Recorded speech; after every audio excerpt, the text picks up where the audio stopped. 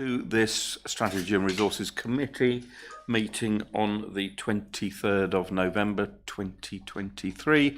My name is Councillor Mark Durham and I'm the chairperson of this committee. Members, we are streaming this meeting as well as recording, hopefully, and by being present in this meeting you are giving your consent to being recorded.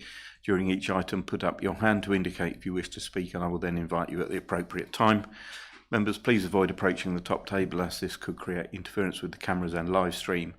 Please note that the YouTube live stream sound recording is dependent on the correct use of microphones. Therefore, can I ask when invited to speak, you remember to turn on your microphone and turn it off when finished. Please reference a page or paragraph number when referring to the agenda papers and keep your contributions as clear and concise as possible. And I'm going to be extremely strict on that and you're not going to get multiple opportunities to talk.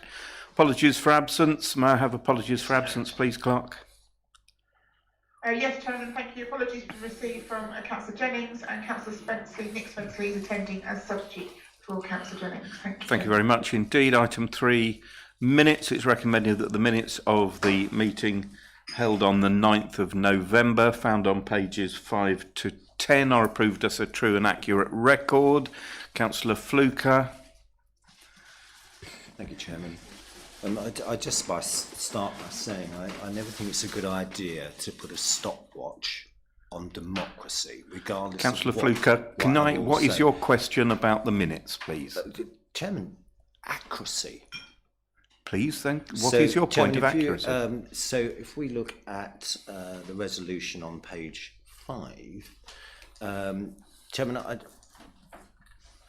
would have thought these minutes have been read by somebody, but prosperity, Chairman, where it says Councillor Fluke comments being recorded for prosperity, I don't think there's anything prosperous about anything we're going to look at tonight. I can only think that was prosperity or perpetuity, Chairman, but it's clearly not the right word in there, and it's certainly not one that I would have used in that context. Well, Councillor Fluke, that's clearly a typo and will be amended accordingly. Have you any others? Well, only to say, Chairman, if you'd picked up on that yourself, we would have moved on. No, absolutely, that's fine. Point taken. Thank you. So, unless there are any other comments, do I have a? Oh, I so moved. Do I have a seconder for those? Thank you, Councillor Siddle. Those in favour, please show.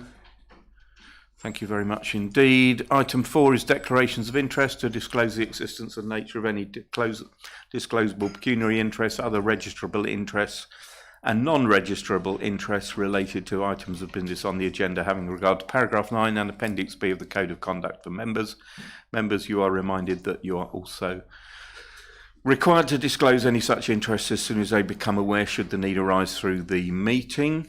Members, any disclosures of interest? Nobody. Councillor Fluker. Chairman, just to confirm that I'm a Harbour Commissioner. Thank you. Thank you, Councillor Fluker. Any others? No, thank you very much indeed. Item 5, public participation.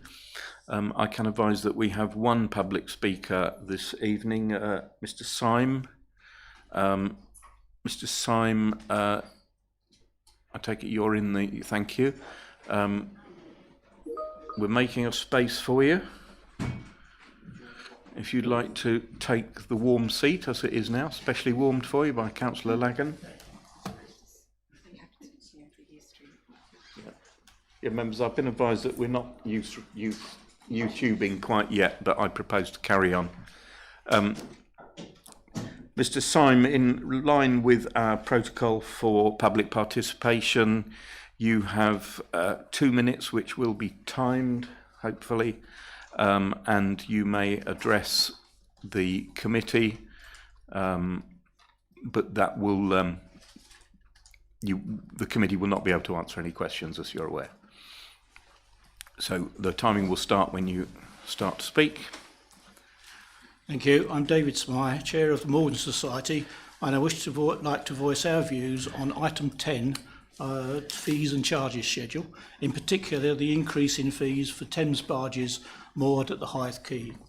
Over the years, this authority has imposed charges on these barges and in recent years has granted discounted annual fees. The full fee is apparently determined by the need to recover the full cost to the council of maintaining the quay. We see this as ignoring the contribution made by the very presence of the Thames barges in the town, which defines Maldon as a maritime town. If you look at the front of your agenda for tonight's meeting and every other meeting of this council, there is an image of a Thames barge, and it appears on the majority of published brochures and reports by this authority. The residents of the district are justly proud of the existence of these historic vessels. They generate tourism, they generate income for business across the district, and they generate income for the council, not least in car parking fees. The income from car parks is many thousands, and these charges are proposed to increase by 7.4%. Fees for all moorings for vessels other than the Thames barges is also proposed to increase by 7.4%, along with most other charges on the schedule tonight. However, to moor a Thames barge will cost 72% more than 22-23, nearly 10 times inflation. Disproportionate and short-sighted. The operators of the barges also need to balance their books, and the scale of this fee does not reflect the significant impact that these magnificent vessels have upon the local economy. The council ought to reconsider these fees and take a wider view, not just the need to recover maintenance costs. The wharfage fee for operators of fully rigged Thames barges should not be increased as detailed in Appendix A. A lesser fee in line with inflation only should be recommended to the next full council meeting. Extremely well timed and practiced, no doubt, Mr. Simon. Thank you very much indeed. Your points are noted by members, I'm sure. We now move to agenda item 6. Oh, Councillor Spenceley, sorry. Forgive me, Chair, I should have declared an entry in my register of interest. I'm a member of the Thames Barge Selling Trust. Thank you. That's noted. So agenda item 6, communications, marketing and engagement plan. This is Mr. Dawes. Thank you, Chairman. Members, really good to be here this evening. A lot has happened, obviously, since the last plan came before members. Obviously, COVID, which is still with us at the moment. But a lot of work's been done. I appreciate it was quite a weighty document to read everything, but the plan basically underpins the delivery of our corporate plan 23 to 27 and supports a number of the key council strategies and the strategic projects across the authority. The small team that we have are fairly well respected and known within the community and wider afield. Our work being recognised during COVID by the Local Government Association for the community COVID community guide that was produced, and some of the video production to highlight the difficulties we were all facing with COVID and encourage people to get out and exercise safely. And probably more recently, the voter ID campaign that we participated in.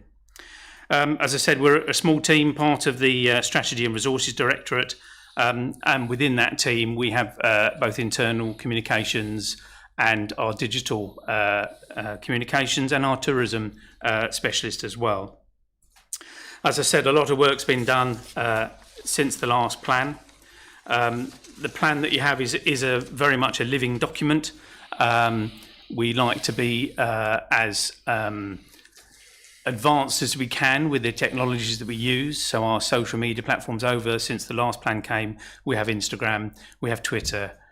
We are just about to embark on a social media platform called Nextdoor, which provides the ability or enable us to communicate at a much more micro level with residents, which could be certainly quite advantageous for communicating waste issues, but also in times of emergency. I thought it might be useful maybe just to give a couple of highlights of some of the work that's been done and is underway at the moment. So the corporate website, which is one of our key communication tools, is having somewhat of a fairly extensive makeover with an improvement group from each of the different areas of the council, looking at page by page, looking at the wording, and trying to get that right, and the processes and the customer journey. So there's a lot of work on way with that.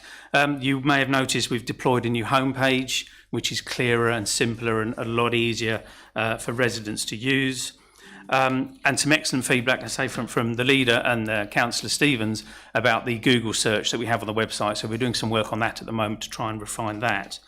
And our Site Improve, we have a software called Site Improve, which trawls the website, it's every week, and looks for broken links, looks for spelling mistakes, and looks at accessibility, looks at how our search engine optimization features, and our figures are up in the 90, 98, 97%.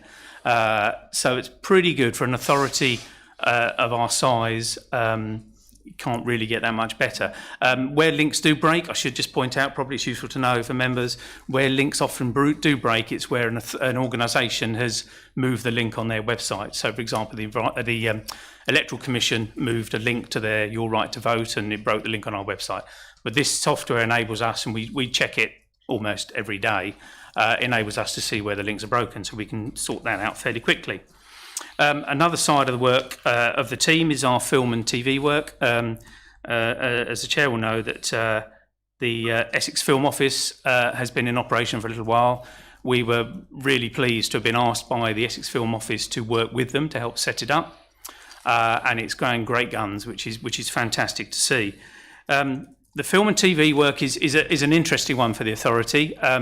Most of the requests we get, and we do get a few, come from producers, location scouts, and sometimes the actual creators themselves. But they, a lot of the occasions, they're on asking for advice and places that they might be to film, and they aren't council land.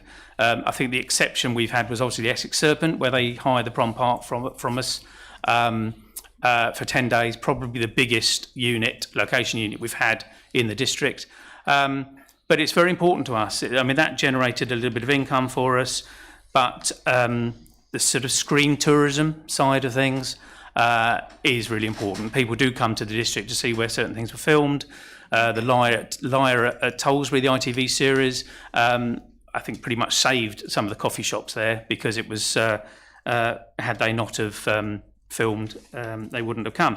But we've had some big names here as well. So Tom Hiddleston, obviously, with Essex Serpent, Claire Danes, Colin Firth was here filming The Mercy. So, we're putting the district on the map, and I think that it's great the Essex Film Office are now there, and we work very closely with Creative England as well. There's been a little bit of a hiccup, obviously, with the strikes with the acting world, but I do know that there is a location scout who is looking in the district at the moment. So I can't say any more than that, because I genuinely don't know very much more than that, but obviously we'll do when we know.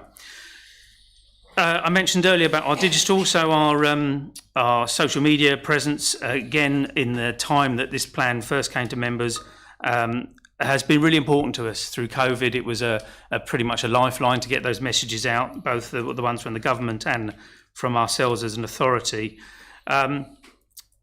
We are very keen to challenge misconceptions where they're put out on social media, and we do. And some of the comments, which are sometimes quite unsavoury, we will go back.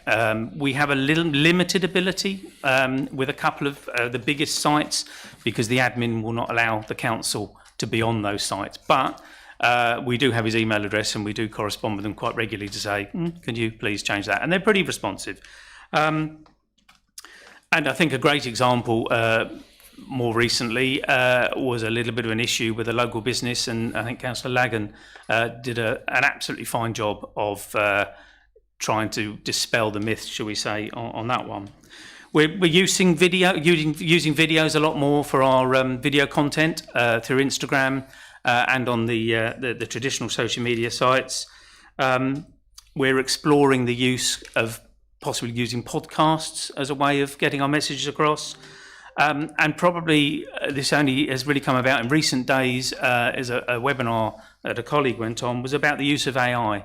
I think it's a question of either be in it be left behind. So we're keen to be, as I said, quite forward thinking and look at how we can develop our use of that.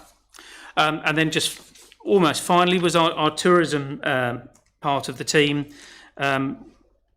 We have developed an amazingly successful tourism partnership with the T23 group, chaired by James Burrell-Cook from the Queen Victoria in Spittal Road.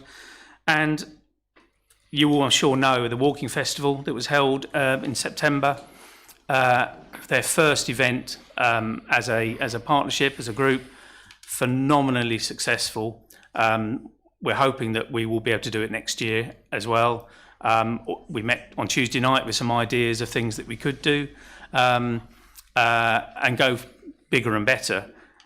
So that's quite encouraging. And with the volume and value report, which is a statistical analysis, which will tell us how our tourism industry has been faring.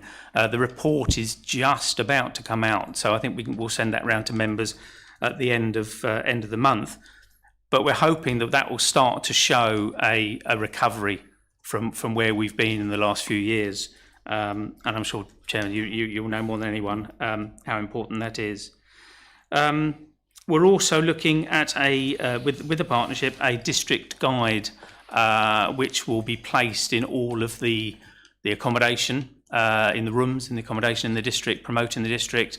It'll be one of these hardback magazines that we hope people don't lift and take away with them, but it's, again, another opportunity for us to shout about the district. And more recently, we've been advertising, as we're encouraging visitors back now, in some of the really key big national magazines like In Britain magazine, Coast and Countryside magazine. So we're running campaigns to generate, and that has, so for this last summer, has proven quite useful, particularly with the walking festival. As I mentioned earlier, we are involved in quite a lot of projects across the authority, which, as I said, tie all in with our corporate plan, and we're looking. We're never wanting to stand still. So we're looking at doing a little bit more with our social media. We'd like to do some more newsletters. We have some software that enables us. We do a business one and a climate action newsletter at the moment, which again are quite popular. The members bulletin and the parish bulletin, that's using the same software. But we're always looking at new opportunities, as I say. So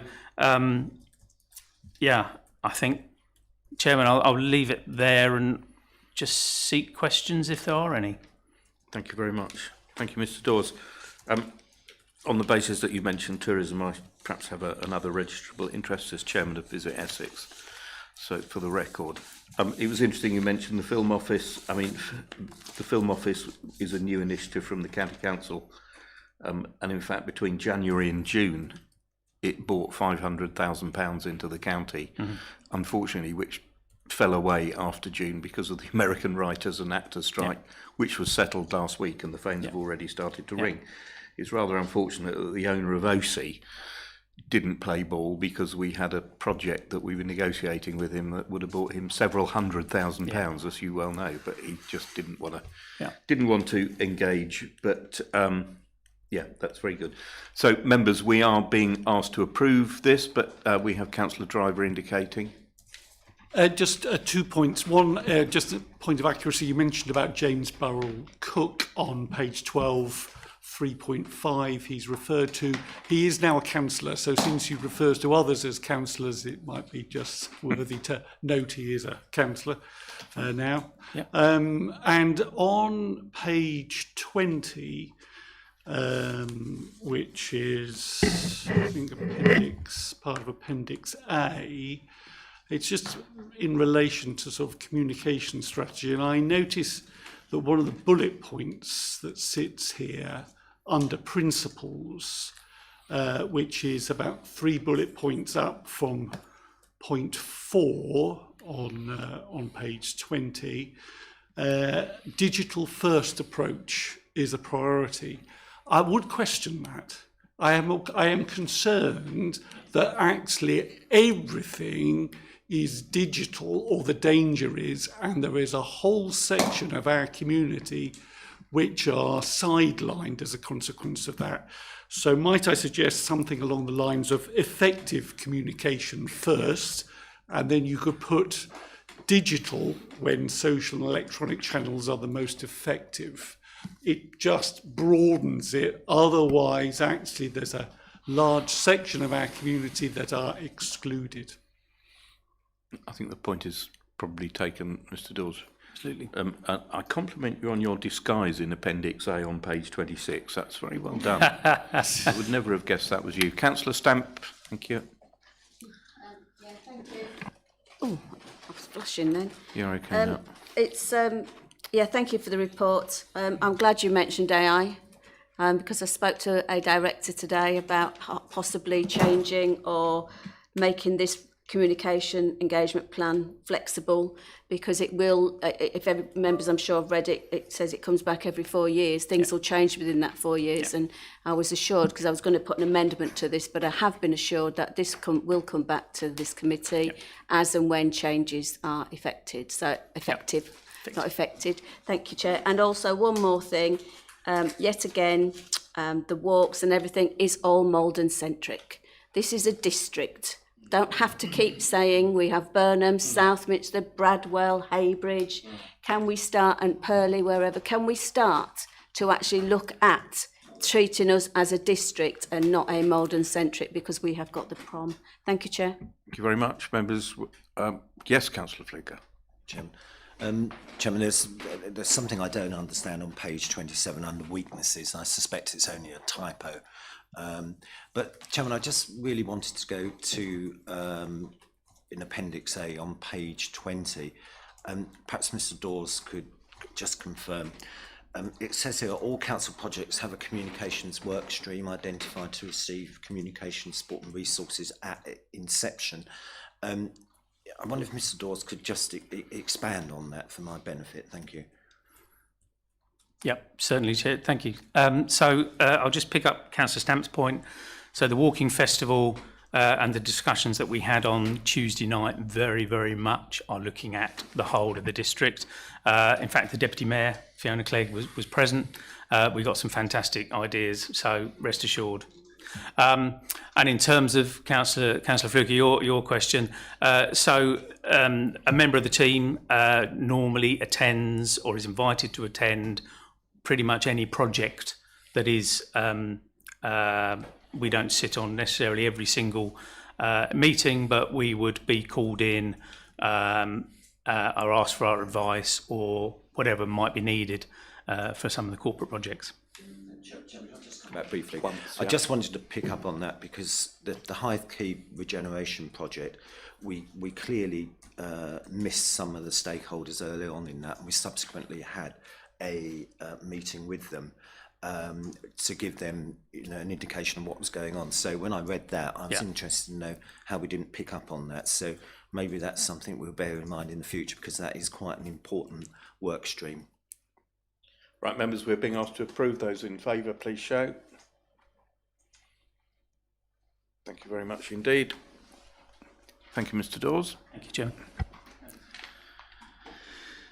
Okay, members, we now agenda item 7, supplementary estimates, Virements, procurement exemptions, use of reserves, quarter 2. Hello, yes, you're on. Thank you, Chair. I think the report is reasonably self-explanatory, but just for members to note that there was no Virements or supplementary estimates requested during the period in question, which is quarter 2 from 1st of July to 30th of September. There were 4 procurement exemptions which were agreed and are detailed at paragraph 3.5.1 for noting. And there was 1 drawdown from reserves which was agreed under delegated authority during the period, which is detailed at paragraph 3.6.1. And that was £20,000 to cover the asset management software and training. If members have got any questions, I'm happy to try and answer. Thank you. Member, this is just noting. Any question? Councillor Fluker. I just really want to understand what this Nexus Rateable Value Finder service refers to, and whether or not it really does provide value at £10,000. Chairman, I'm sure you'll be aware of the recent appeal decision at Maldon Road, Bradwell, or Southminster Road, Bradwell, Chairman, where it transpires that someone had been living in a building for 5 years. We'd been collecting their waste. And the planning inspector said, yes, this is a separate dwelling, and yes, you can have planning permission. 2 questions really, Chairman. Are we going to try and recover those rates for 4 years? And bear in mind they were on the domestic waste collection route. Why nobody ever picked up that somebody was living there and they weren't paying rates? Well, Councillor Fluker, that is not for this committee, but I think perhaps Mrs Green, are you able to answer exactly what this service is? Thank you, Chairman. We are in the process of responding fully to to Councillor Fluker, because we need to be clear of the facts of the circumstances, which may not perhaps be as first appear. I'm grateful, Chairman, but there is a planning inspector involved, so I agree with Mrs Green. Okay, it sounds like it's in hand, Councillor Fluker. So, members, we're being asked to note those. All in agreement, please show. Thank you very much indeed. Agenda item 8, budgetary control, as at 30th of September 2023. Again. Thank you, Chair. So the purpose of the report is to provide this committee with information in relation to the financial performance over the period 1st of April 2023 to 30th of September 2023. At section 4 of the report, you will be able to note the revenue budget position for the council as at the end of that period, and table 1 provides an overview of the current forecast budget variances for the council. Just to point out that at table 2 there's a reconciliation of the original budget that was agreed to the revised budget, and at table 3 there is detail of all the main expenditure areas of variance across the council, and likewise at table 4 the income variances.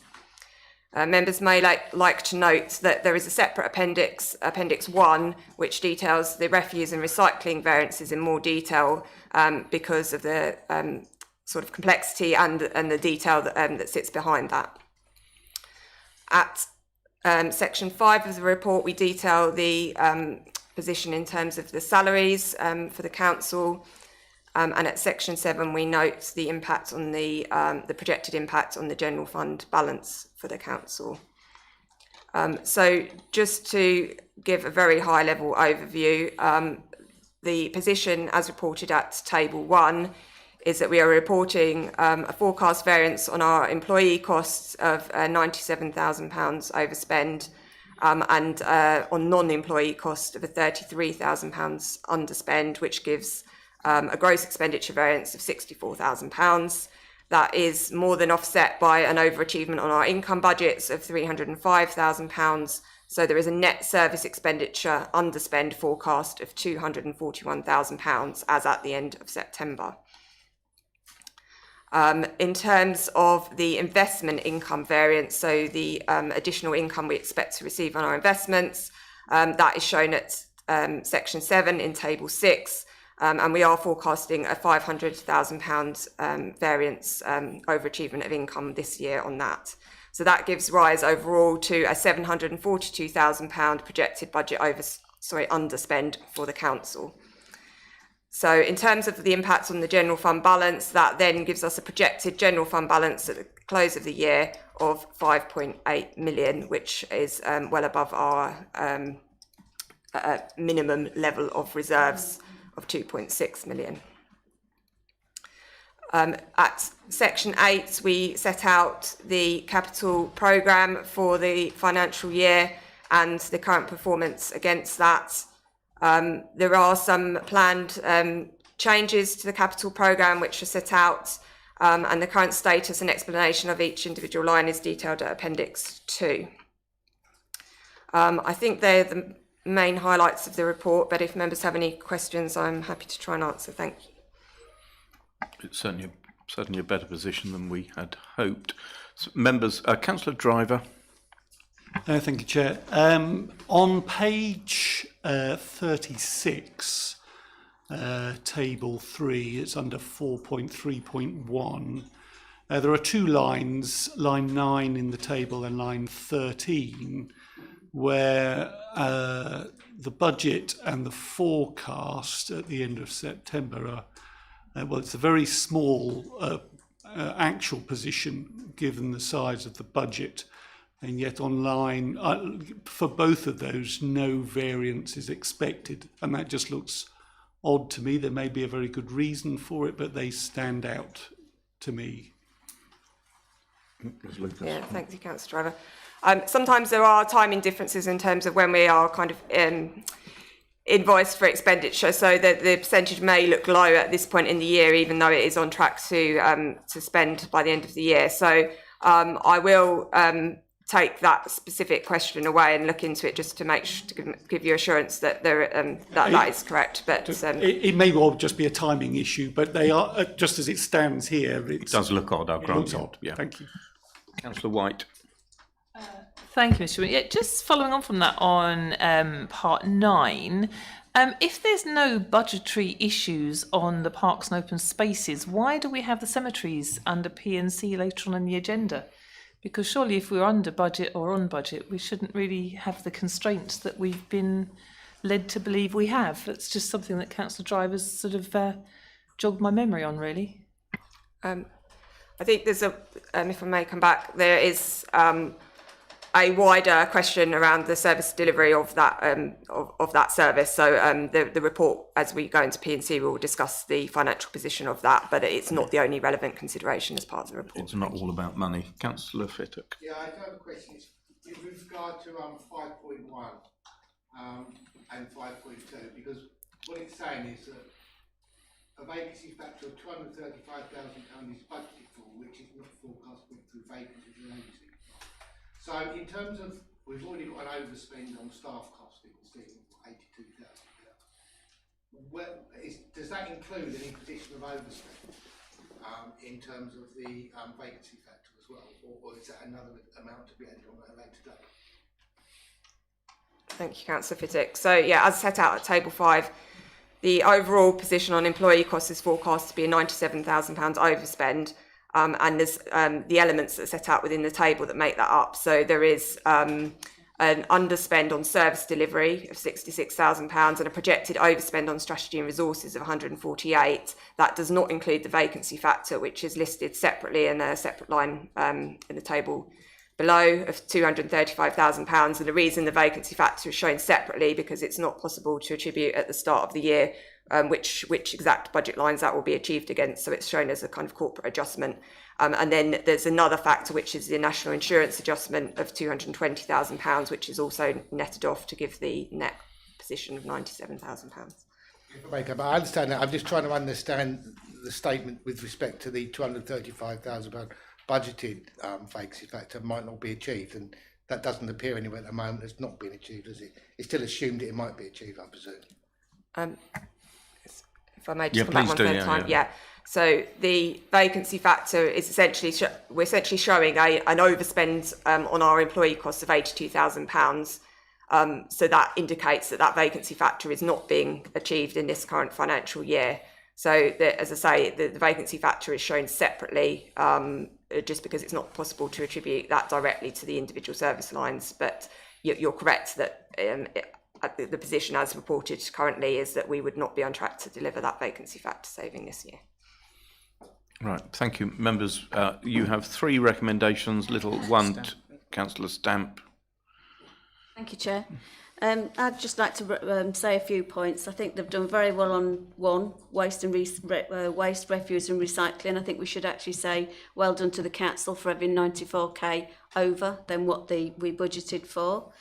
I also, Maldon Prom, we lost at 35, underachieved 80k. Well, that was because it wasn't open enough. I have a question though, if you'll just bear with me and I'll find it because I have sort of... Question would be good, Councillor Well, Stamp. hang on, please. No? I am allowed to speak, Chair.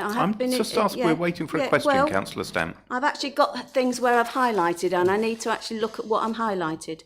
Could could it be explained to me what 4.3.2 little 2 corporate, the corporate contingency of 172,000 is not expected to be required at this stage? Can I have an explanation what that is, and is that in my terms like slush money? So is that going to stay in there? Is it going to, well, that's what it is. Does it slush around? Do you know what I'm saying? Yeah. Has it allocated, or is it something that we could use somewhere later down the line? It's quite a serious question. We might be in financial difficulty in a private confidential thing. Okay. Thank you. Thank you, Councillor Stamp. The corporate contingency is, as the name suggests, a contingency budget which is not allocated for a particular purpose at the start of the year, but is put aside for any unexpected kind of spend that we couldn't have anticipated. However, having said that, we're not projecting to need it this financial year. And I think when we come on to the MTFS papers later in the committee, we will consider actually whether it is appropriate to keep that budget in place in future years. So that is a decision that councillors may want to take. Thank you, Chair. So it wasn't a silly question, even though it raised some sniggers. Thank you. No, it is coming up later in the agenda, though, Councillor Stamp. Councillor Fluker.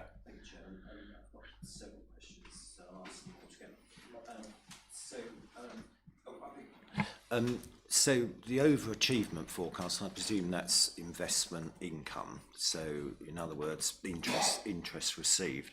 4.2, Chairman, I wondered if the officer can confirm what our staff contributions are for pensions, whether they're the statutory minimum of 8%, which is 5% from the employer and 3% from the employee. I should have started by paying tribute to Mr. Porteous, because he certainly writes a nice report. But, Chairman, on Table 2, 4.2, the 1.28 million budget for revenue commitments brought forward from 22-23, I sort of understand that, but I would have thought that would have been 21-22, so perhaps we could have a little bit of information on that. I think that Councillor Stamp's dealt with the corporate 172. And Chairman, on 4.4.1, Chairman, I noticed that we always had this legacy hanging around from the transformation over the overestimation of car park income. And I know this is a highly controversial subject, and I'm sure it's going to be even more when I say what I'm going to say. But I noticed that yet again we're offering free car parking in the build up to Christmas. And Chairman, you'll remember from some time ago when we did a lot of work on this, and it was established quite clearly that there wasn't an awful lot of churn in the car parks, because most of the parking spaces were taken up by staff and local residents who knew they were free. And I do wonder, Chairman, when you look at the overall where we are financially, whether or not we can really afford these things, and I think that should be reviewed again next year or early in the year, Chairman. Because we need to close some of these gaps. And Chairman, number 8, building control. Chairman, we've been talking about this for donkey's years. We are big, and you're nodding away, reading my mind, but we really do need to look at building control, Chairman. Again, there's we've got a deficit there again. Very few local authorities offer this service. Most of our major house builders will use their own building control, Chairman, and I really do think that needs to be looked at. And Chairman, on page 38, it's reported that the council office lease income is expected to overachieve. This is at the bottom of page 38. But Chairman, it was recently reported at one of the working groups that we're actually, when one takes the cost of running the council offices versus the income, it seemed to me that there was no profit, and that's why I think when we look at these things, we shouldn't do them in isolation, Chairman, and by just saying we're going to achieve another 47,000 if we don't understand our costs. Chairman, number 9 on page 39, I'd just like to ask the officers why there is no variance on lease and moorings income, because everybody else, Chairman, on the River Crouch and River Blackwater, all the other operators have actually increased their mooring fees. I think, Chairman, if you just bear with me, I think we've dealt with the vacancy factor, but I think I'll pick up on that. And 7.2, Chairman, on page 40, it's a strange word to use that property dividends have called. You'll remember that I did bring this up, the Lamet Fund. I'm sure that the Section 151 officer is monitoring it, but I do notice that a lot of institutions are now withdrawing their money from that particular fund due to the fact it's not performing very well. But Chairman, I understand it is long term, but it is a long term investment, but it could take 5 or 10 years to bounce back, and I know we don't have a lot of money in it. So Chairman, there's quite a lot of questions there, but my final one is on page 40. And this is where it mentions the open general fund, the opening general fund balance, and it includes the drawdown from business rates equalisation reserve. Chairman, there comes a time when we really should be using these reserves for what they're really meant for, not propping up our wage costs and running this council. I also noticed there's nothing in here about the new homes bonus. And I would have expected that if we were withdrawing funds from that reserve, I would have expected it to be reported. Now, I can only hope that we're not actually using the new homes bonus now to prop up the council's funds, but I suspect that's not the case. But the business rates equalisation reserve, Chairman, there's so many things that this council could spend that on to bring new businesses, and I'm sure that all members will be pleased that the new industrial site at Latching has just been just been approved, and that will bring in a huge amount of NDR, and I really do think it would be useful to spend that in the south of the district to see if we can develop other sites of employments. I think we...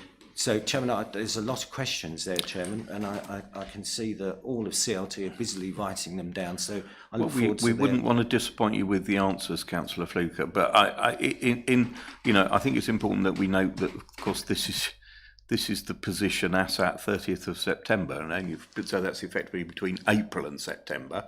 So it's a small part of the year. Chairman, and Councillor Fluker, and I concur with you about the Christmas parking, and I don't recall where that was agreed this year. But I'm going to say. With great respect, I think there's some bigger questions. Ms. Lucas is going to answer as best she can. I think there's bigger questions in there, Chairman, than just the Christmas parking. Fine. Okay, thank you, Councillor Fluker. I'll try and answer your questions in turn quickly. Okay, so the investment income that you mentioned, you're correct. So the £500,000, that is overachievement of interest against our investments this financial year. The question around pension contributions at 4.2. So you'll be aware that as a local council, we are a member of the local government pension scheme, and as such, the contributions that we pay towards that are dictated centrally. And at the moment, that's 20.9% of salaries which we contribute into that scheme, and that is outside of our direct control. In terms of the commitments for the last financial year, I apologise, but I'm not entirely clear, but the commitments will have been brought forward from 22-23, which is the previous financial year, so not 21-22, so I'm not quite sure if I understood you right there. In terms of the car parking income target, you're right that there's this kind of historical deficit in that budget in terms of income, and that is something we are seeking to correct in the budget going forward from next year. I might need to take advice from my colleagues in terms of the decision or not around the Christmas parking for this year. In terms of building control, I didn't actually hear there was a question in that, so I think I'll just take that as a comment. In terms of lease income overachieving, so we set a budget of what we expected to achieve on our income in terms of the council offices at the start of the year, and due to new tenants coming in, we are now expecting to overachieve, which is why that's reported in that way. As you'll be aware, there's fixed costs of running the building, so actually any new tenants will make a contribution to the overall running of the building. They do not really incur much in the way of additional costs to host those tenants, so that is why we're overachieving on that aspect. In terms of the lease and income mooring, so again, we set a budget at the start of the year, and we are on track to achieve the income that we forecast at the start of the year. So I think that was more of a comment. On page 40, you mentioned about property dividends cooling. As we discussed previously in relation to the Treasury Management Strategy, we have some funds held in the Lamet funds, and we take advice and direction in terms of what that property fund is achieving, and that's then reflected in our forecast for the year, and we have discussed that previously. And finally, in terms of the balances and the general fund balance, so the business rates equalisation reserve was set up to manage fluctuations in the council's income, and essentially that is what it is being utilised for. So when we set the budget at the start of the year, we were not as confident about how much business rates we would actually achieve. So the forecast in the budget was slightly lower. Having now had the year-end position, we know that did overachieve, and therefore it is appropriate to then draw down on that reserve to then balance the budget for this year. And without the use of that budget, as you know, we would be in a deficit position for the council overall for this year, and that would have to come out of general fund balances anyway. So utilising it for a different purpose wouldn't actually achieve the objective that I think this committee agreed in July of setting a balanced budget for the year. And you're correct that new homes bonus isn't referenced. As you're aware, that is because new homes bonus is assumed in the base budget for the year. So there isn't a specific reserve for new homes bonus. It is assumed to fund the overall expenditure of the council. Thank you. Let you come back once, Councillor Fluker. Yeah. Chairman, I will, and the first thing I'm going to do is congratulate the Chief Financial Officer for picking up on all the questions. I believe there was a question about building control, and that is why we don't outsource it. So if I didn't make it clear, I did then, and perhaps someone can do a bit of work on that, Chairman. Thank you. Thank you, Councillor Fluker. Councillor Siddle. Thank you, Chair. In terms of the free car parking, that was a decision that was made in conjunction with myself and CLT, and that's what's happened on previous years. The car parking is from 2 p.m. in the afternoon. It's not all day, so that prevents people just using those spaces and stopping the general churn. The interesting thing is we had a communications meeting this morning with Mr. Dawes, and one of the things that's been on social media has been, why aren't other local authorities doing what Maldon does? So it's actually been a really positive factor about Maldon and about what we're doing in terms of the run up to Christmas, that we do offer that free car parking. We are looking at that next year, because one of the things that we want to do in future years is ensure that ties in with the opening of the market. So we might actually change the time on one of the Thursdays so that people come to the town and use the market. It's an extreme, beneficial to the town and to the businesses.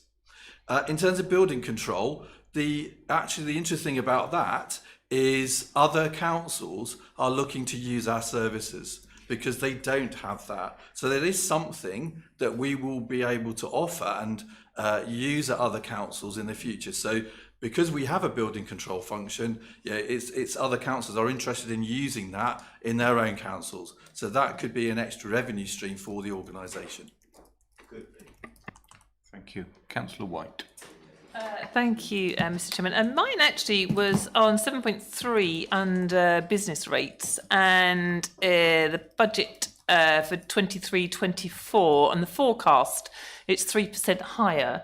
Is this taking into account the likely additional business rates in Mayland and Maylandsea? And is this a finalised deal that there's going to be, that the two villages lumped together to be a larger village, or is this still open to discussion? Thank you. Through you, Chair. Please do, yeah.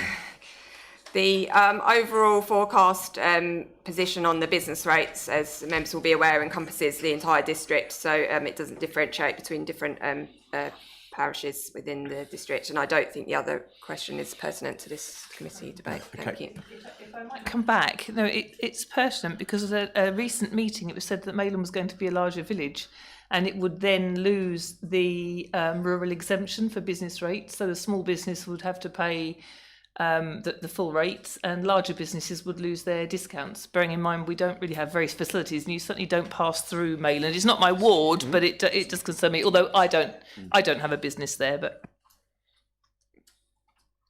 just to come back quickly on that point, I think we agreed to come back with further detail, didn't we, in terms of how the makeup of the individual rural settlements, which I think is what you're referring to, is determined for the purposes of the business rate relief. But as we said previously at committee, that is determined by planning in terms of the settlement numbers. So it's not something that's within the direct gift of members to control it. We have to set it in line with agreed parameters, and we did agree to bring that information back, just so you understand that. So we're still waiting for that information, I basically. believe so. Yeah. Okay, that's fine. That's fine. Okay, so members, as I said, little 1, 2, little 3, reviewing the recommendations. Please show. Thank you very much. Well, that's a majority. Are there anybody against? No. Okay. Okay, Councillor White. Okay, thank you very much, members. Okay, we now move to agenda item 9, MTFS strategy or MTFS update 2024-25 and 26-27. Mrs. Lucas again. Thank you, Chair. So the purpose of this report is to present the revised medium-term financial strategy update for the years 24-25 to 26-27.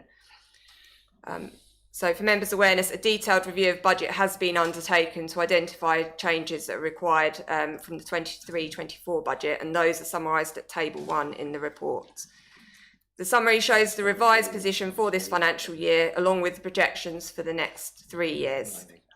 Members will note that higher expenditure is now budgeted for this year, which has been agreed to be funded from approved drawdowns from reserves, including the 421k drawdown from the business rates equalisation reserve, which we mentioned in the previous report and was reported to Council on the 13th of July. So in terms of this year's position, that then prevents a general fund gap emerging for this year before any in-year variances. Members should note that the table does not yet include the impact of any savings proposals which may be agreed, or any proposed uplifts to fees and charges which are set out in the separate reports to this committee to be considered tonight. So overall, the table 1 shows that for the next financial year 24-25, before any other mitigating actions, we are projecting a budget gap of £726,000. That rises to just over £1 million in the second year of 25-26 and to just over £1.25 million in 26-27. There is an improved forecast in terms of investment income due to the ongoing higher interest rates.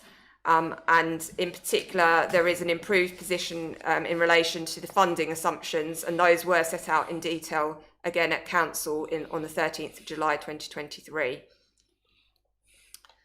So the changes to the MTFS assumptions since the budget was set for this year in February are detailed at paragraph 4.5 of the report. So if I just draw your attention to section 5 of the report, which sets out the gross and unavoidable pressures, members will see that they are listed and total £163,000 in the next financial year, rising to £194,000 in the third year. In addition to those unavoidable pressures, there are requests for repairs and renewal projects, and they have been listed at the table at section 6. We have an ongoing budget for repairs and renewals of £128,000, and the items listed total £134,000, so there is a £6,000 pressure on that budget for next year. I would like to draw members' particular attention to section 8, the areas of uncertainty. The figures presented in this report tonight are very much best estimates at this point in time, and there are a number of areas where we don't have complete clarity yet, including the pay award for next year, the final level of council tax and business rates that we could expect, and the ongoing settlement, which is not expected to be announced until late December. So at section 9, I just show the forecast general fund position. And as I said in the previous report, the closing general fund balance projection for this year is currently 5.8 million. Without any other measures to address the gap position, that will reduce the general fund balance to 2.7 million by 26-27. However, that is just above our minimum level of agreed reserves. So in conclusion, the medium-term financial plan is an important component of the Council's strategic planning framework, particularly in the uncertain economic climate that we face, and key financial decisions need to be set in the context of that. This forward plan enables us the opportunity to link our financial planning and our service planning, and we need to take a longer term view to ensure the financial sustainability of the Council. I'm happy to answer any questions you may have. Yeah, thank you very much indeed. So I'm going to have to declare another registrable interest because pensions have been mentioned, and I sit on the Essex LGPS Pension Strategy Board and the Investment Steering Committee. And I understand the settlement is due on Christmas Eve, which is a nice bonus for over the Christmas period. Well, that's the date I was advised. So, members, well, just by way of a change, Councillor Fluker. No, there's nobody else indicating. I was really going to ask a question about the optimistic view of the Chief Financial Officer with regards to £1 million worth of investment income in 24-25. Chairman, I asked that question because the Chief Economist to the Bank of England reported through my accountants, Pricewaterhouse, today that they are expecting to see a tail off in the base rate in the next 18 months, quite a significant one. Although I think, looking at the autumn statement yesterday, it looked very inflationary to me. So I think I'm asking the question because I'm very, very cautious about that £1 million sitting in there. And of course, that £1 million has a huge effect on our bottom line if it's not achieved, likewise in the following 2 years. So, Chairman, I really do think that it would be nice to have some information around why the 151 is confident that that figure could be delivered. Chairman, with regards to repairs and renewals, there's quite a lot of money in 6.1, and I'm very sorry. Something came up at one of the working groups the other day, Chairman, about the whole principle of tendering for a project and understanding what it's going to cost. And there's absolutely nothing for anybody. There's nothing to stop this council going to a contractor or contractors and asking how much to deliver this project and would they like to tender in the future. There's nothing in the community. There's absolutely nothing in our rules that prohibits that. But I just thought West Maldon Community Centre. Chairman, I know you love to jump in and declare an interest, but I haven't got one in that. Well, do you know, Chairman, I was just going to say to you, I'm a Queen's Scout, which now makes me feel quite old because we've got a king now. And there may be others looking to my left. But, Chairman, that figure concerns me because it does seem a little bit low for what needs to be done there. And likewise, I think the recovering, but we'll deal with that later. But I'm just really do need to understand the thinking behind £1 million worth of investment income. Okay, Councillor Fluker, I'm sure we can get an answer for that. Thanks, Councillor Fluker. So as we said in the previous report, the current budget for investment income is £750,000, and we are forecasting to overachieve that by £500,000 this year. So the target for next year is actually a reduction on what we expect to achieve this year, and that does reflect the fact that we are expecting interest rates to gradually come down. The interest rate forecasts that we've used are based on our expert Treasury Management Advisors forecast in terms of the interest rates, but obviously we will take under consideration any changes in those forecasts as we come to set the budgets finally. But in addition to the interest rates, they're obviously impacted by the level of cash balances that the council holds as well. So that is our best estimate at this moment.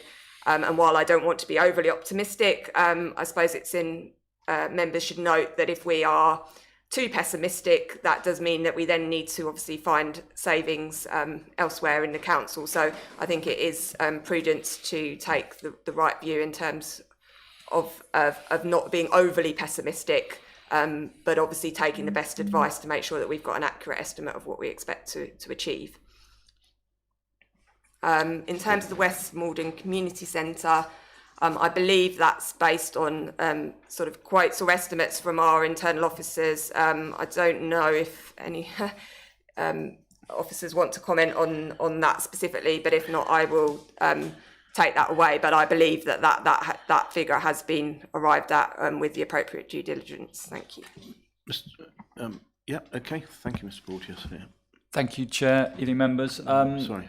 Just to reassure, those estimates are based on colleagues' understanding of the assets, current cost of materials, inflationary pressures, and his quite extensive now experience in the assets. So we're very confident that's an estimate we can deliver the project within. Thank you, Chairman.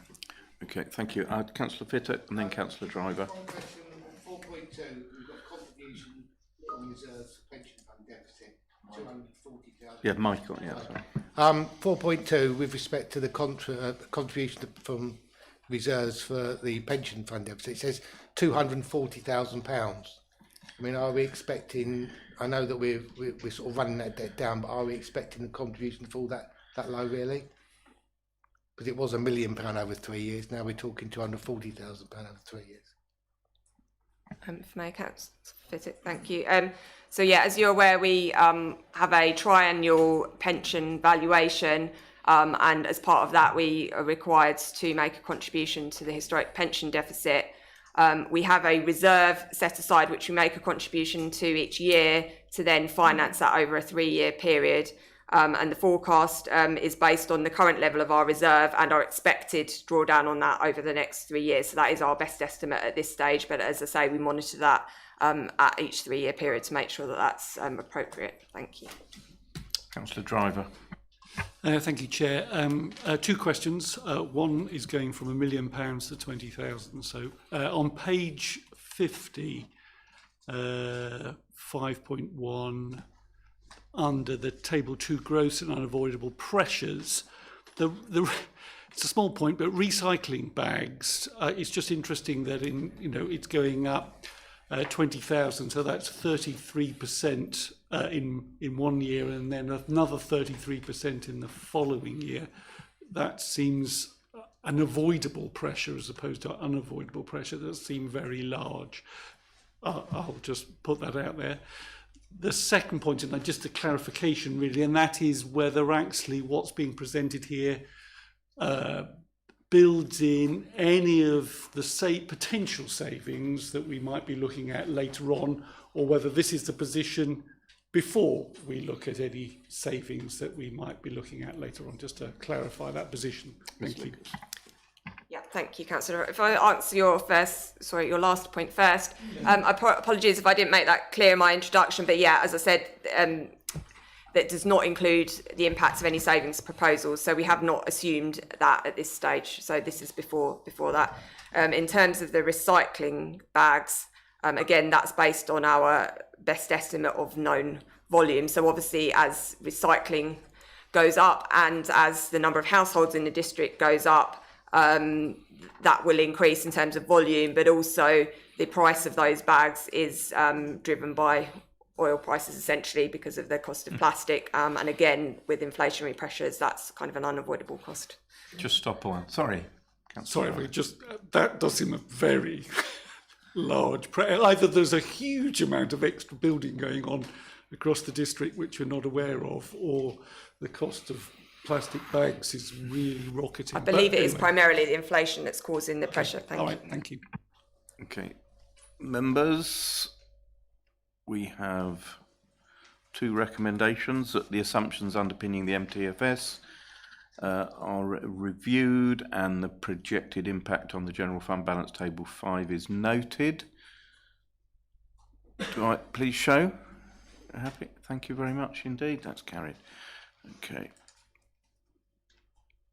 Item 10, fees and charges schedule 2024-25. Who's taking us through this? That's me.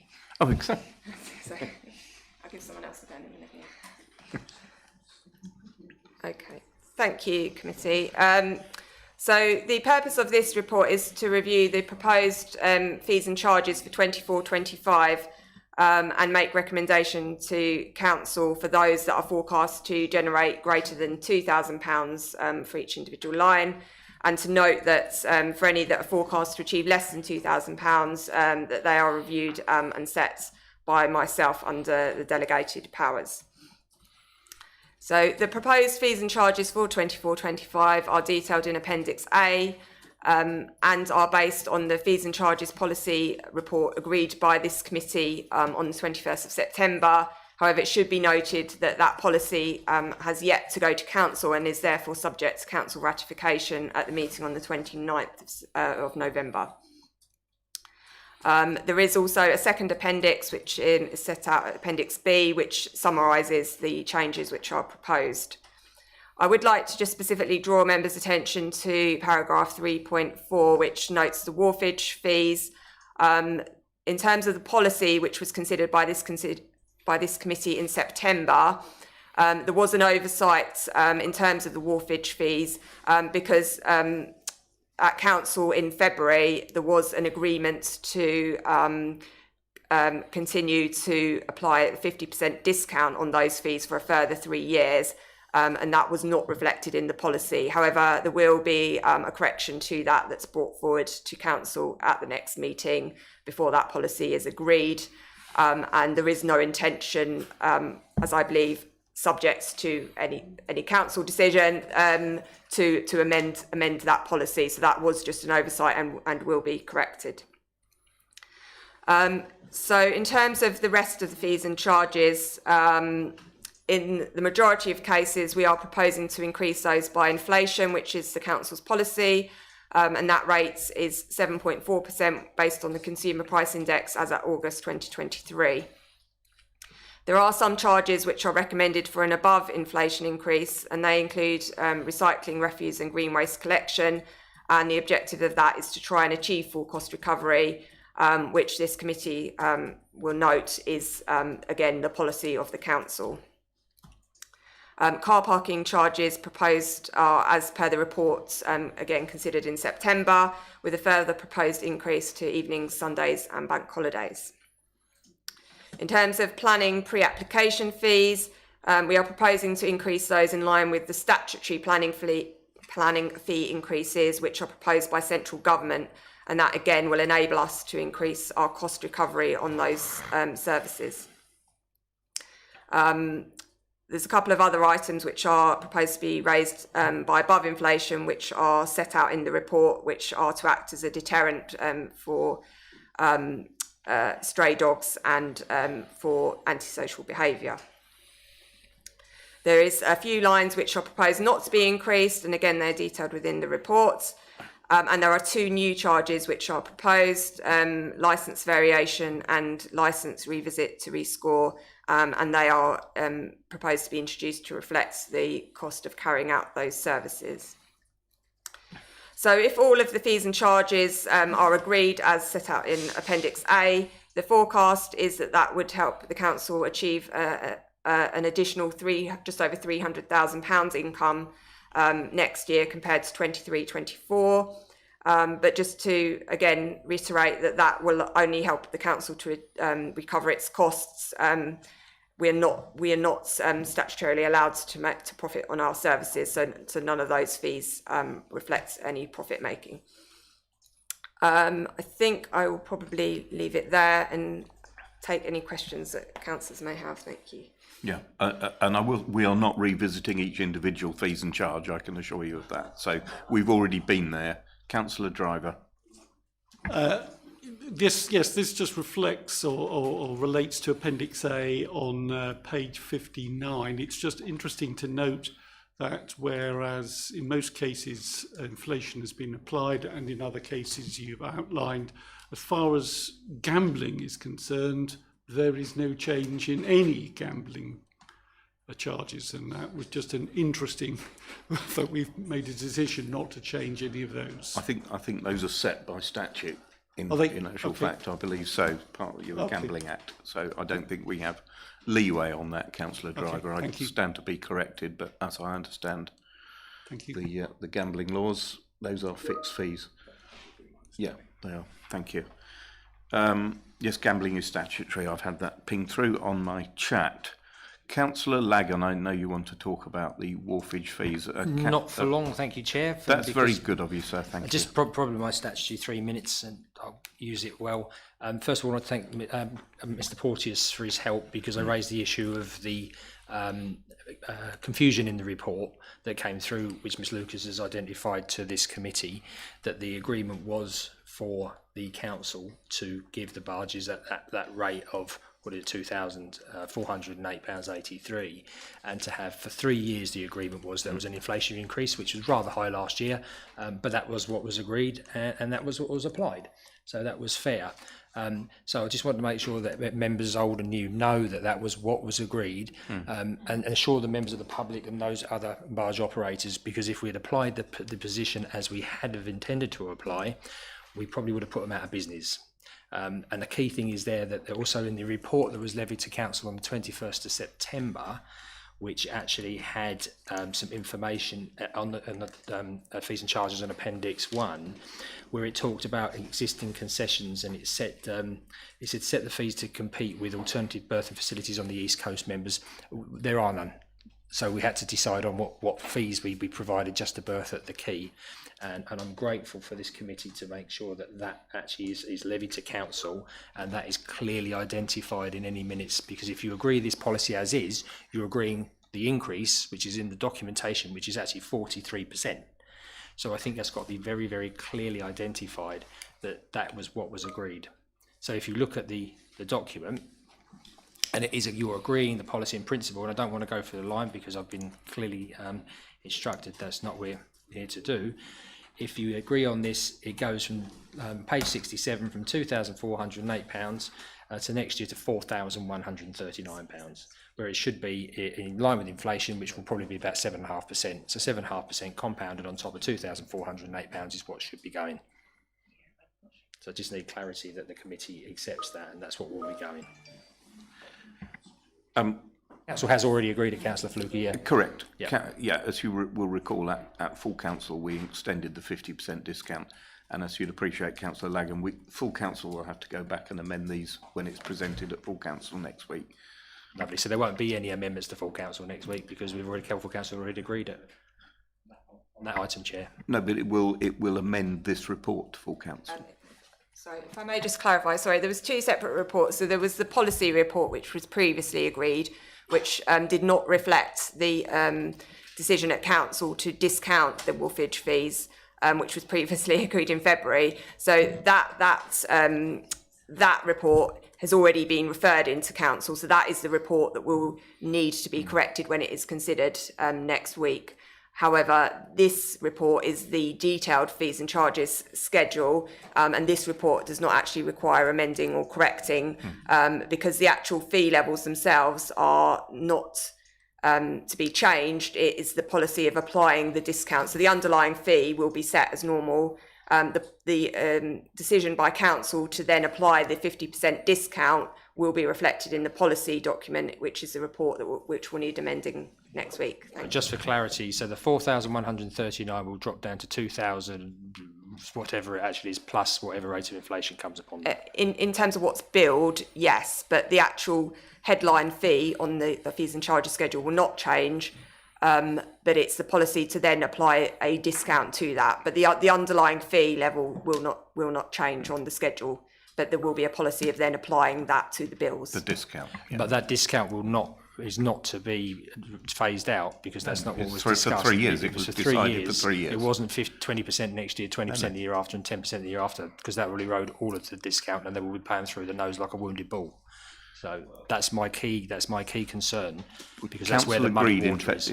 Council agreed in February that it should have 50% discount over a 3-year period. So that's what. Yep, thank you, Chair. I've just got one other question, and it's nothing to do with barges, you'll be glad to know, but by the passion that we have, we need to make sure we look after these assets. There's an awful lot of price on application in the details. So I was just wondering, is that something that is, I know not to be discussed now because you're going to agree it, but it's just something I've noted that. Awful lot of what? Sorry, I didn't catch. Price on application on the detailed lines on the schedules. So you can't agree something when you don't know what the price is. Yeah, please. So I think on those lines, it's where we cannot give an accurate figure because it will depend on, for example, I'm just looking at the one about electricity supply and the usage of that. So as we said, our policy is to recover all of our costs. So in the case of, a particular event or something where we needed to recover our costs, it would not be possible to determine in advance exactly what that charge would be. So that's where we would have to provide a price on application. Right, thank you, members. So you've had the detailed fees and charges schedule. Oh, sorry, Councillor. I think you were first, Councillor Stamp. Sure. Thank you, Chair. Just for clarity, 3.4 is going to be removed then, is it? Of the report before it goes to council, which is what it says, the wharfage fees, or is it staying in? Because I'm actually confused. So is it going to change from the previous resolution? Sorry, through you, Chair. Please do, yeah. I know you've explained it, but it's quite complicated. So this report, as I say, needs to be does not reflect the decision that was made. So we can remove that paragraph so that it's absolutely clear. But the decision of this committee is to refer the actual schedule to council. So the schedule itself does not need amending. But I accept that this report gives is not an accurate reflection of the decision that was made in February. Thank you, Chair. That's what I wanted, confirmation. Councillor Fluker. I'm thinking about getting rid of my super yacht and buying a Thames barge. It'd be a lot cheaper to keep it on the river. Chairman, can we just go to page 61? Chairman, the officers, I mean, are these proposals from officers? Or is this the policy of some members? These result from the policies set by this committee. Oh, right, okay.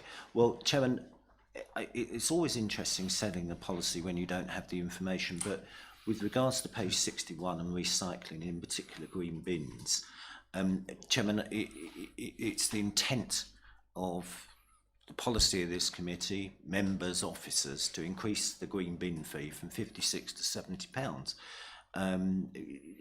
My concern is that at the Waste Working Group recently, it was established that that service provides a surplus, I think, of £377,000 per annum, Chairman, and I really do think that the public should be made aware of that. I suspect there should be some costs that are offloaded against that, but at the Waste Contract Working Group, there wasn't much forthcoming at all. And I think that's going to be a very bitter pill for our residents to swallow. And then moving on, Chairman, to refuge collection, I just wondered, these increases for bulky waste, they do seem to be incredibly low, bearing in mind how much a 6 metre skip or 7 metre skip costs to hire, and bearing in mind that you can put 10 to 12 items maximum for £180. That does sound like good.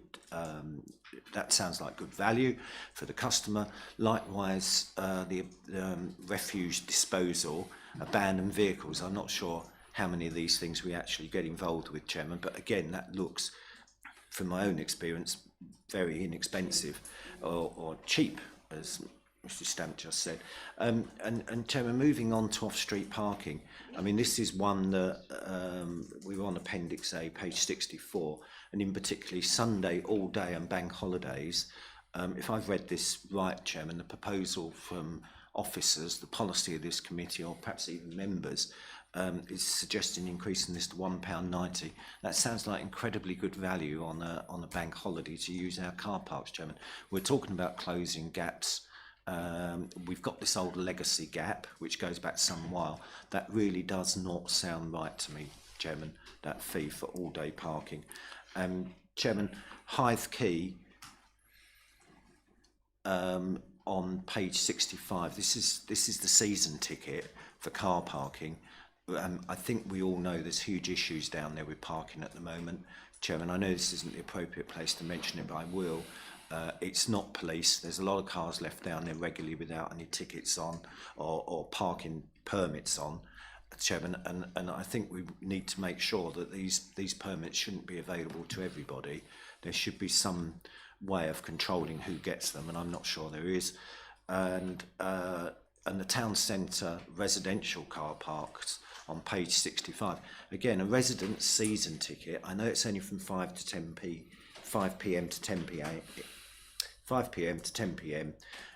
During the week and all day on Sunday, but I think and the cost of the annual ticket at £88 does seem disproportionately low with regards to other costs, Chairman. I did pick up on this price on application, and I understand there's a reason why there's no figures in there, but I think some of these can be populated, and I think it's important to see what that population looks like, Chairman.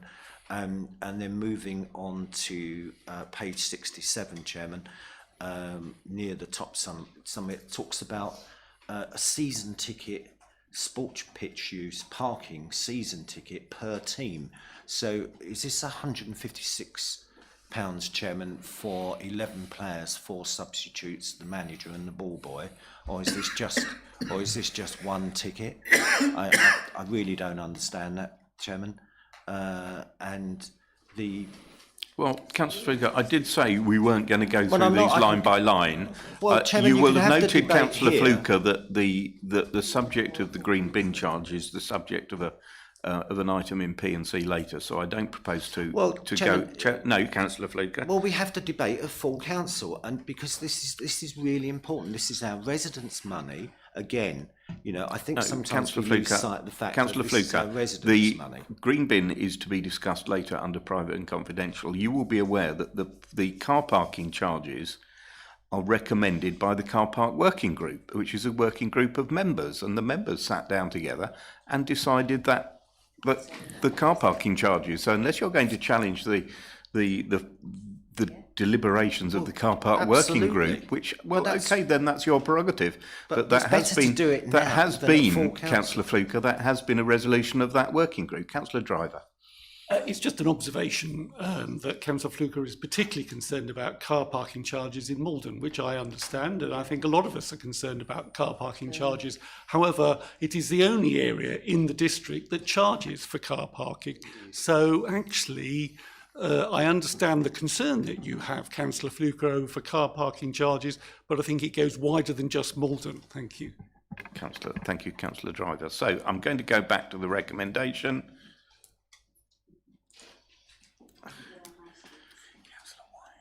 Oh, Councillor White, sorry, you're on my peripheral vision. Sorry, yeah, I've just got one query with the green bins. Have we actually cleared the backlog? Because I know there's residents in my ward can't actually get a green bin because it's oversubscribed. So has that been addressed?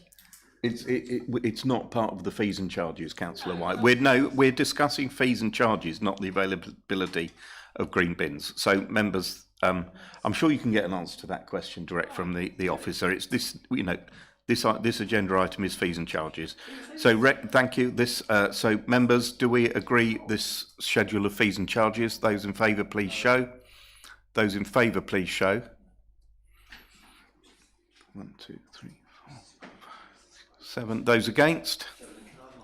Of course, Councillor Fluker. Because I want the residents to know that I'm not in favour of taking all this additional money from them. Yeah, I'm just going to look on YouTube and see how many are actually watching.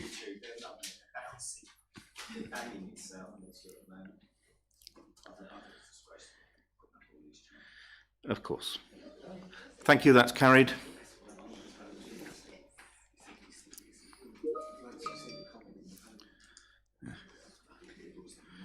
Just to be clear, it's a recommendation. It is a recommendation to council, of course, so you have a second go, Councillor Fluker.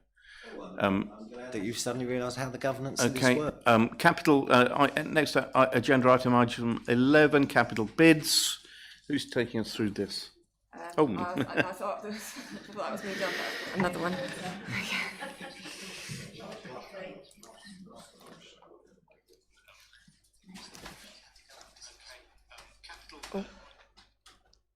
Okay, thank you.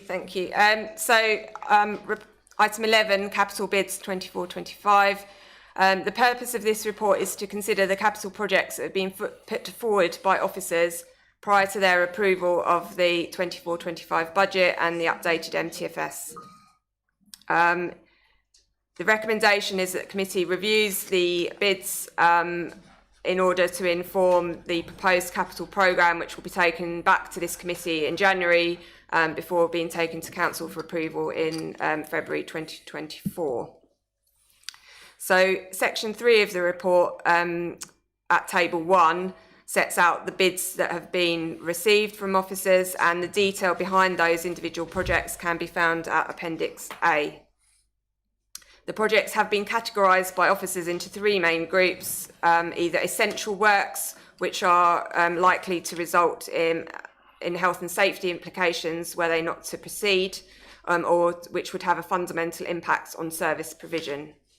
The second category is service failure. So these relate to operational assets that require funding to ensure their continued reliability. And the third category is invest to save. So capital investment in these projects is expected to reduce revenue expenditure in the long run in relation to that asset on an ongoing basis. So members will note that the total of the capital bids received for this year is just over £500,000. And I would just draw members' attention to paragraph 3.4, which notes that the council had 1.6 million of capital reserves at the start of this financial year. However, it was agreed to use 0.6 million of those in this financial year. So there is £1 million to support the future programme for next year and beyond. So it should be noted that in the absence of any new sizable capital receipts from disposal of assets, that the council would be likely to use up its capital reserves within the next few years. And in that case, it would require borrowing to finance any future capital expenditure. So again, happy to take any individual questions that you may have. Councillor White first. Thank you, Mr. Chairman. I have to say, I've got these bids here, but I'm really disappointed with the actual reports because we haven't got into the finances. Now, I've always supported all of the funding for all of the leisure centres. Every single time it's come up, I've supported them. But here we go, we've got Dengie 100 wanting to extend the gym. Can you tell me what profit it makes for Maldon District Council as opposed to how much we have to pay for the upkeep of the Dengie 100, and why this is comes out of Maldon District Council's purse? Because unless we're making a profit to see a return on that 80,000, I can't see that that's relevant. So while you get those figures, I'll be interested to hear them. The Prom Park, that wasn't even built very long ago. Again, what's the profit margin on it? Is it financially viable? I say I supported that. I supported the original funding to build it when we first built it. But the fact that it's 85,000, it's not even that old, is a little bit worrying. And we need to, now we're in the times that we're in, we need to think, okay, so what are we getting back from these? Again, I've always supported all the play areas, but there comes a point where we are now that we have to look with where we are. The pathways at Longfields require full tarmac. Is there any way that anybody else can pick up on this? Developers and or collections or something that's local. So yeah, and then we come to the cutting machines and the John Deere Gator vehicle replacement. That's 65,000. This ties into, I've been asking for about the last 10 years for a full service review of all of the grass cutting and grounds maintenance, because I've always said that I think we could do it cheaper with contractors than we can with in-house staff. And so we're looking at 65,000 here for 2 machines. And I can tell you for 65,000, you get an awful lot of contracting work done with grass cutting. So again, I think those should be put off and we should get a full report, as I've been asking for about the last decade probably, for these reports to be done. So again, I'm not anti them being done, but there has to be a cost benefit, not just that we'd like them. In the times that we're in, we can't just say, oh yeah, another 100,000 here and there. Okay. So that's my questions. Okay, thank you. Ms Lucas is going to go first and then Mr Butcher. Thank you, Councillor White, for your comments.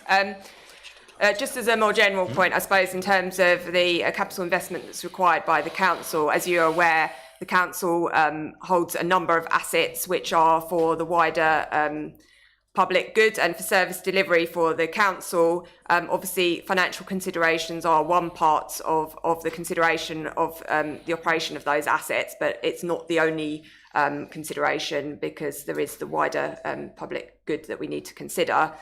In respect of your comments around the leisure centres and the parks, for example, that they are assets that the council currently holds and is not planning to divest itself of.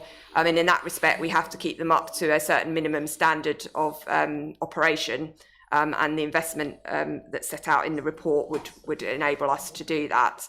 In terms of the leisure centres particularly, I think Mr Butcher might come in a sec, but as you'll be aware, we are currently out to procurement on our leisure services more generally, and the financial considerations of the operation of the leisure centres will be one of the key considerations in terms of who we award that contract to in the future. So, if Mr Butcher wants to add anything on that point. Yes, thanks, Councillor White. Yeah, I think the Dingy 100, the site is shared with the Burnham-on-Crouch Sport Club, where they do the rugby, cricket and croquet. The rugby club are actually expanding their footprint to build new changing rooms, so the council will be getting back in some of the footprint on the building. But that will be the old changing rooms that are used by the rugby club. So the £80,000 investment would then be used to expand the gym and perhaps put in a small studio, which in turn will create more revenue and more income at that location. No, not yet. Mr Holmes. Thank you, Chairman. I think just to strengthen what our 151 officer said this evening, so there are a number of our assets. For instance, Promenade Park, that item is now plus 24 years old, subject to some structural movement. It sits on the edge of the bank by the lake. We have to maintain it in its current location. It serves a purpose of containing all the plant room and the pumps for the park and the lake itself. So these items are coming forward to you tonight as cyclical. Some of them are end of life, and I think, as explained, those assets are there, and we need to maintain them to a suitable standard. I think it might be useful to invite Mr Harwood White to say a couple of words on the Parks team. I think I'll invite him just to comment on the work he's doing with the Parks team itself. But I would like to say we're also looking at options around shared services, talking to other local authorities to get best value from the service. But I'll ask Mr Harwood White to comment, please. Thank you, Chair. We are reviewing, as part of the normal process, the operation of the Parks and Open Spaces team. Part of that has culminated in a report this evening under P&C regarding one part of the service. That work will continue. We'll look at those options going forward, but we'll bring it back to this council at appropriate time. But at the moment, we're focused on a particular area of that service, which we'll be debating on the P&C later. Thank you, Chair. Thank you very much. Come back once, Councillor White. Thank you, Mr. Chairman. Yeah, but if I go back to the Dingy 100, you're saying it's an asset that we have to maintain. I accept that. We're talking about extending it. We rent this, or try and rent it, to Essex County Council, and they make a profit on it. They're running a business on it. No, we don't. Well, they're supposed to be. It goes to Essex Place Services. I thought that. Sorry, one of the Essex companies. Anyway, whoever rents it, it's a business. They make a profit on it. It's not a charity. So if they want to make a profit, they need to invest. And if we're out to procurement, surely wait and see if anybody takes it on. Wait and see what benefit there's going to be to Maldon residents first. Then stump up the 80-odd thousand to put the money in. We're putting the money in before we even know if there's going to be any return. Okay, let's let Mr. Do you want to come back, Mr. Butcher? Yeah. Thanks. Thanks, Chair. Yes, absolutely. It will be part of the procurement process. But the rugby club are intending to start their works in the close season next year, and we don't want to be in a position where we have a facility that's sitting there empty. The reason the Dengie is a cost to us is because the size of it is prohibitive in how much income it can generate. And members of the Leisure Contract Working Group attended a site visit there, and this was explained to them quite thoroughly in detail. And I think the opportunity there to expand the gym and or bring in a new studio will only increase the opportunity there. Okay, thank you. Could you guarantee we're going to get an income to Thank you. Right, Councillor Fittock. Yeah, I mean, it's just on the same point. Microphone, please. Yeah. I think this may be misclassified because I wouldn't regard it as essential, because it really is making use of space that will become available should the rugby club take the bar away. But the problem is, in terms, we probably will have to do something at a point of time. But the way I understand things at the moment is that if we're up for contract procurement, then it's highly unlikely that Place Leisure will make an investment in the next year or two in terms of putting in more gym equipment until they know whether or not they've actually got the contract. So I would say that potentially this work would be premature, and what we'd end up with just an amount of space that's empty until we've decided upon which vendor is going to take that contract forward.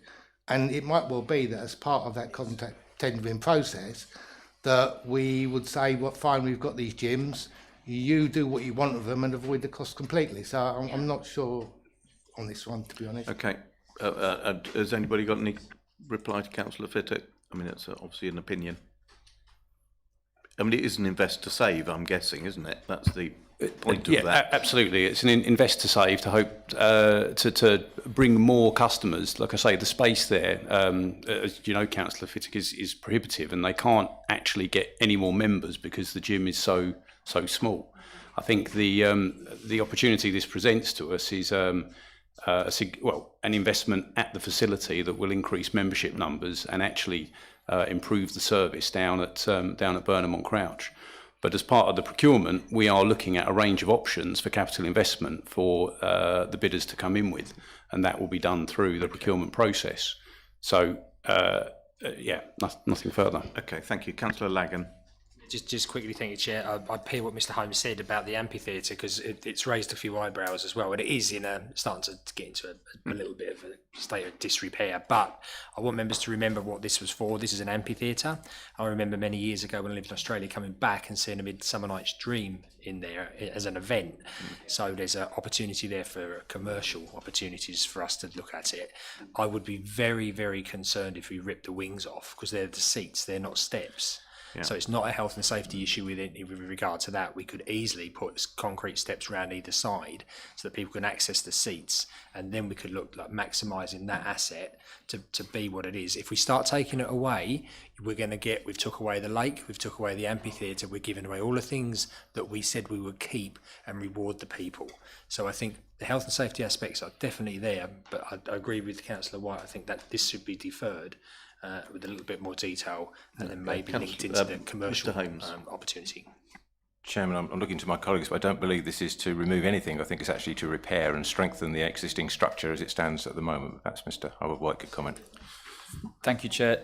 So to clarify, we would be looking at certainly strengthening, improving and making safe. Part of that would be those, it's difficult to describe without images, removing those lower steps and making them safe.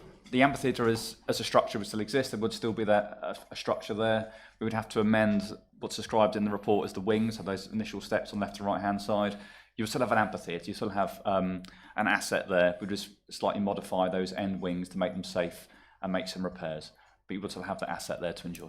Just for clarity, thank you, Chair, but it actually says in the report, it says the project will see the decommission of the current wing steps. There's no steps. The wings are not steps, they're seats on there. So there's no seats when you go up. I went down this morning at 5:10 to another look at it, just to clarify myself.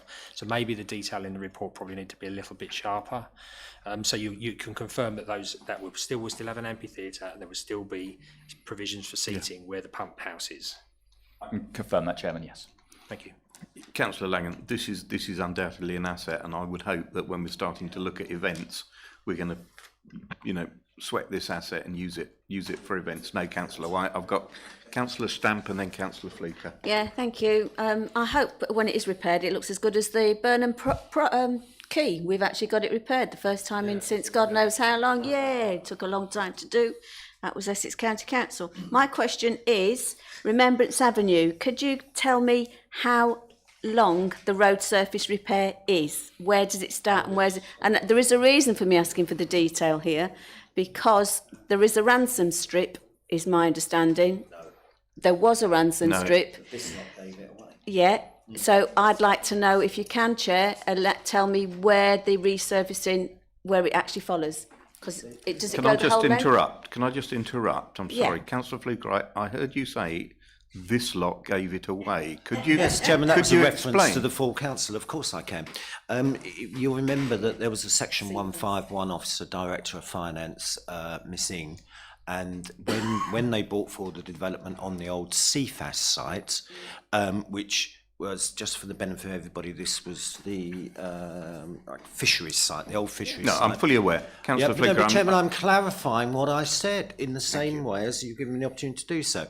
So what happened was, Chairman, the proposal came forward to build half a dozen executive houses on that site, Chairman, and we all knew that there was a ransom strip there. And the ransom strip was originally valued at £250,000 because correct me if I'm wrong, but it's a Grampian agreement. And what happened, Chairman, was that the agreement evaporated away, and this lot, the council, just let it go, and they ended up building 6 houses. Can you, when you say this lot, can The you council. say the council, because I Yeah, well, don't the council, want it. everybody. People, The good council. people of Southminster, and Chairman, I think it Councillor was the Fluker, council, this lot. there might be 3 people in Southminster looking at YouTube, because currently there's 11 watching, and which includes 7 officers Chairman, and myself. we did. So We there's gave- 3 in Southminster. the council, Thank you, this lot, Councillor we Fluker, gave for it away. clarifying it. I've Thank you. clarified it. We gave up the ransom Thank you. strip. Could somebody answer Councillor Stamp's question? Chairman, I think the question related to Virements Avenue, and the question was around the size of the area. The report sets out 260 square metres surface. So it's not, I can see it now. it's on the image. It shows it's edged in white on the image on page 100. Thank you, Chair. Thank you, Chair. Right. Councillor Fluker, one last comment. Well, Chairman, I want to comment on a couple of these, and I'll be as brief as I possibly can.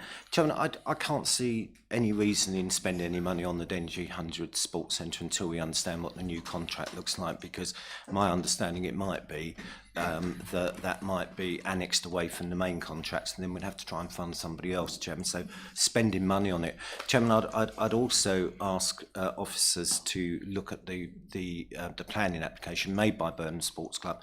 My understanding is that they agreed to pay for some car parking spaces, Chairman, and it would be a shame if they've agreed to do that and then we pick up the bill, because that's clearly not what was agreed, I think, at the planning application.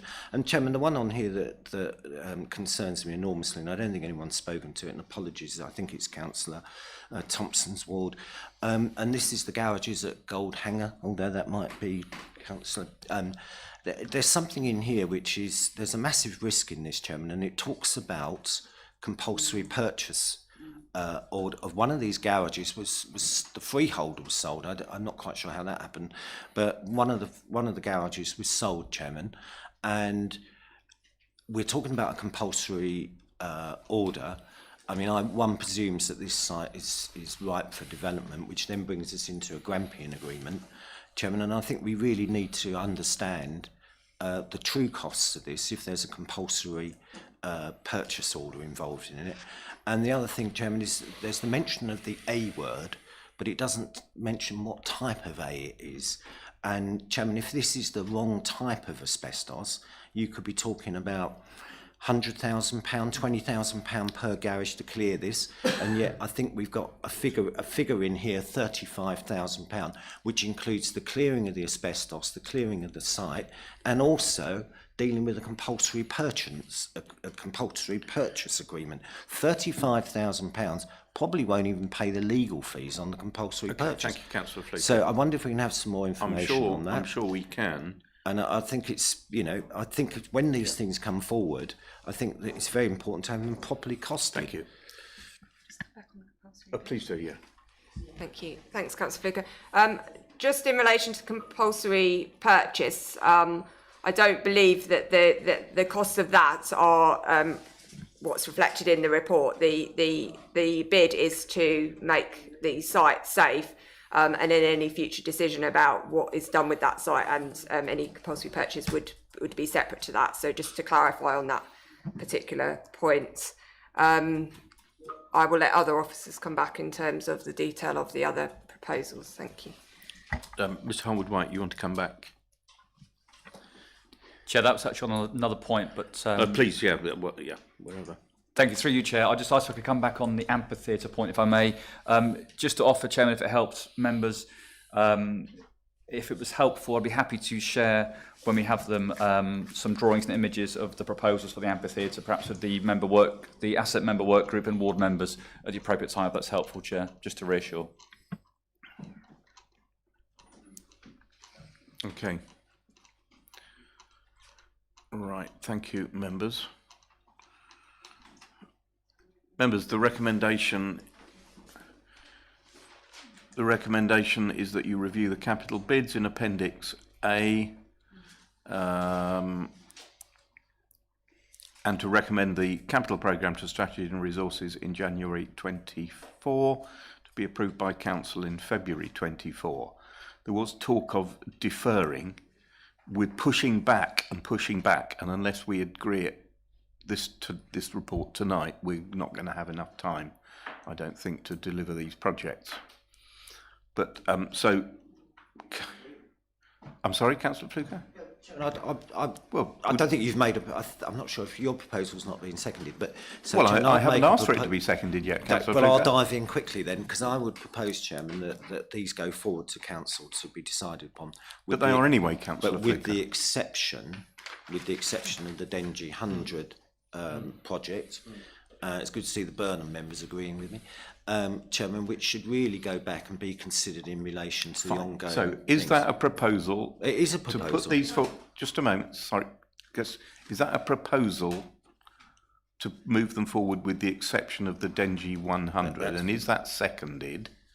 By Councillor Baum. Councillor White, did you? I'd also like to propose that 12 and 13 are removed until the entire service for the ground maintenance is reviewed, as I've been asking for the last 5 years, because we don't know. No, we need to get Councillor, sorry, Mr. Holmes wants to comment. Chairman, I have some difficulty with that because we only ask these items of equipment to replace when we literally want everything else out, and they've still got to provide a service, even if you decide later to do something. So I can't see how we can maintain a service with not the right equipment. Okay, thank you. So we have a proposal in the name of Councillor Fluker, seconded by Councillor Baum, to recommend these go through with the exception of the Dengie 100. Those in favour of Councillor Fluker's proposal? You're shaking your head, Councillor. Can I make an amendment? No, we've got a proposal on the table. Well, I'd like to voice that I'd like to make amendment to the proposal. Right, Councillor Blackstamp. I would like to say I'll support the proposal as long as the 80,000 isn't then lost and put somewhere else to another project in Maldon. We can't do that, Councillor Well, then Stamp, I I'm can't afraid, support it then because it's being removed from the capital No. programme at Councillor Fluker's request. That is the proposal. Chairman, thank you, Chairman, but I'm going to withdraw my proposal and amend it to include that. So, Chairman, everything goes forward. Apart from that, the 80,000 is ring-fenced and for the future, and that the whole thing is then pushed back to the Corporate Projects Board. You could just take that away and reconsider it, bring it back to SNR in January once further work around that's been done. Right, okay. How about this, Councillor Fluker, that we agree the other items and we remove that and we bring that item alone back to Strategy and Resources in January? Chairman, to help you finish this meeting by 10 o'clock, I'll agree to Thank you very much indeed. So we have that proposal. Councillor Bown, are you happy to second that? So the proposal is to agree all capital bids with the exception of the Dengie 100, which will be brought back to SNR in January. Please, those in favour, please show. That's pretty much everybody. So that is carried. Thank you very much, members. Okay.